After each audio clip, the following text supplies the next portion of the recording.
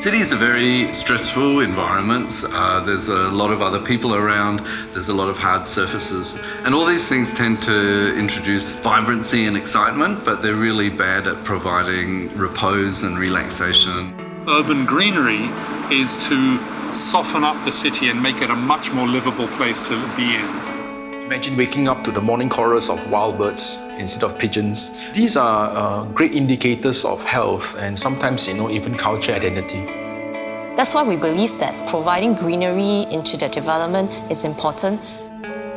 URA is the planning authority for Singapore, and we are responsible for policies that integrate greenery into the built environment. The LUSH program is a package of initiatives that encourage greenery to be integrated back into the built environment.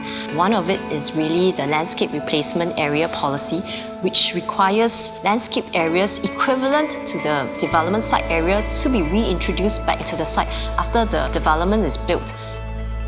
We took a whole-of-government approach in greening Singapore in the vertical dimension. We have about 100 hectares today, both vertical gardens and rooftop greenery. I think this is very exciting. When we remove land from being a piece of ground, we must replace it on the building in some way or another to the same area of land. One of the hot topics of the day is biophilic city. So the dream is the city where we're all wrapped up in this wonderful nature environment. Every morning you open the windows and the birds are singing. This is what we should be aspiring to. We're also looking at this whole area of biophilic to create towns that are green as well as to help in the well-being for healthy living. We want to bring these towns and create biophilic framework to guide our new developments in our towns. I think by and large, the various stakeholders like landscape architects and certainly developers are on the same page as the government agencies in promoting greenery through the LUSH program. Our most important stakeholder in the value chain are the customers. We have always had feedback from customers that they really enjoy the greenery. In the process of designing the greenery for Oasia Hotel, besides the customers within the development enjoying the greenery, we're also allowing customers outside the hotel to actually relax and to relieve their stress as well. And that has been very welcomed by our friends outside the building. But the interesting thing is the Singapore vision is so compelling. Once people see the results, they really want that experience in their own city or climate. We completed 2 projects overseas with extensive planting. One is the Grove in China and the other one is the Pano and the Met in Bangkok. What we bring to the world is this institutional and soft skills for people, bringing all these ideas into a form of knowledge to create the ideal environment for people to succeed. We want to push the boundaries. We want to make sure that these green spaces that we create on built environments are more functional. The one way we do it is that we promote gardening. Actively encourages residents in the building or building occupiers to come down and do gardening under a Community in Bloom program. And that helps as a social space because it's actively used by people that live in that environment. Concept for Kutiport Hospital is hospital in a garden, garden in a hospital.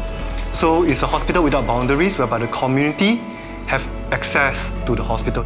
I think a lot of visitors here use the hospital not for its hospital functions. So it's anything but what you normally associate a hospital for.